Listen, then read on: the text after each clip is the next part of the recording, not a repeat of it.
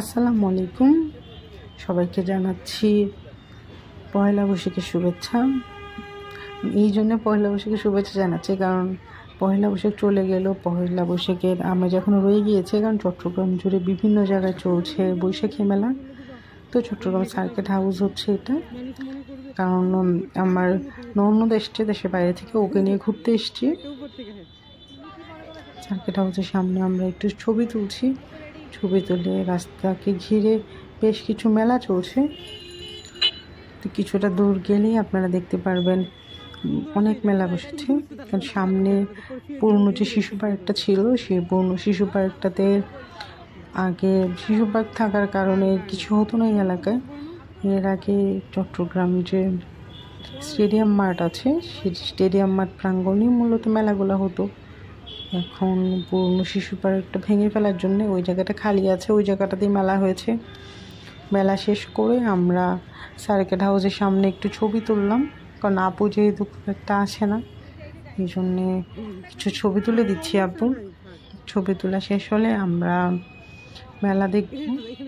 মানে মেইন মেলাটা ঘুরে এসছি আমরা। রাস্তাকে কেন্দ্র করে বেশ কিছু মাটির জিনিসের দোকান, তারপর বাচ্চাদের টয়েজের দোকান আছে, সেগুলো দেখব। এখানে আসলে মেলাতে ঘুরতে আসে অনেকেই ছবি তুলবে, এই জন্য দাঁড়িয়ে আছে।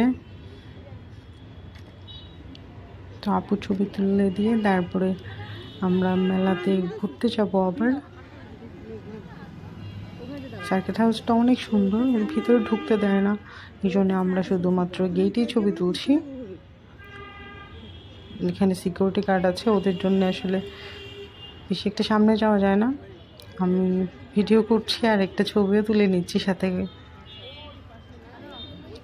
এই এলাকাটা অনেক সুন্দর। পাশে হচ্ছে পুরনো সার্কিট হাউস, যেখানে শহীদ জিয়াউর রহমানকে মেরেছিলেন আর কি, যেখানে উনি মৃত্যুবরণ করেছিলেন। পাশে চাইলে আপনারা 20 টাকা টিকিট কেটে ওখানে ঘুরতে পারেন। তো আমার ইউটিউব চ্যানেলে ওই পুরনো সার্কিট হাউসের ভিডিও আছে, চাইলে আপনারা দেখে নিতে পারেন। এই যে দেখতে পাচ্ছেন মেলা বসেছে, বিভিন্ন ধরনের টুকিটাকি জিনিসপত্র আছে এখানে। তো রাস্তাকে কেন্দ্র করে যেসব দোকানপাট বসেছে দেখতে থাকুন। আর ভিডিওটা কেমন লেগেছে অবশ্যই কমেন্ট সেকশনে জানাবেন। আল্লাহ হাফেজ। গরম আর ঠান্ডা বুঝছো, এই জন্য